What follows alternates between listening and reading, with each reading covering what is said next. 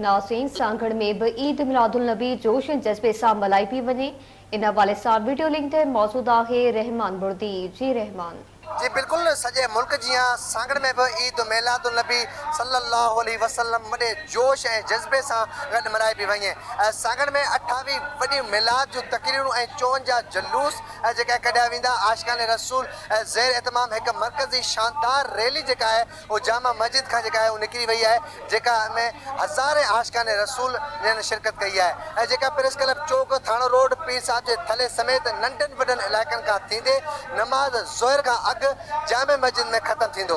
जेकॾहिं सिक्योरिटी जी ॻाल्हि कजे त SSP सांगड़ पारां सिक्योरिटी जा बि फुल प्रूफ इंतज़ामात जेके कया विया आहिनि, जॾहिं त ज़िले में 1862 पुलिस एहलकारनि खे सिक्योरिटी जी ज़िम्मेवारी जेका आहे ॾिनी वई आहे। इन खां अलावा 75 पुलिस मोबाइलूं जेका आहे वो मुक़ररु कयूं वियूं आहिनि ऐं ईगल स्काउट पारां मोटरसाइकिलुनि जो जेको गश्त आहे उहो अहम शहरान ते उहो जारी आहे ऐं रैली में शिरकत कंदड़ जो जेका मुकमिल चेकिंग बाद जेका आहे उन्हनि खे दाख़िल ॾिनो वञे पियो। ॿिए खां पासे ॻाल्हि कजे SSP सांगड़ पारां मां खे ॿुधाईंदा हिते सरकारी जेका पुलिस मोबाइलूं जेका आहिनि सांगड़ जे मुख़्तलिफ़ शहरान ते जेका हू गश्त करे रहिया आहिनि। नमाज़ ज़ोर खां अॻु में जेको आहे जामा मस्जिद जे मस्जिद आॾो जेको आहे हिते दुआ थींदी। दुआ खां पोइ जेको आहे हीअ रैली हिते इख़्तिताम पज़ीर थींदी।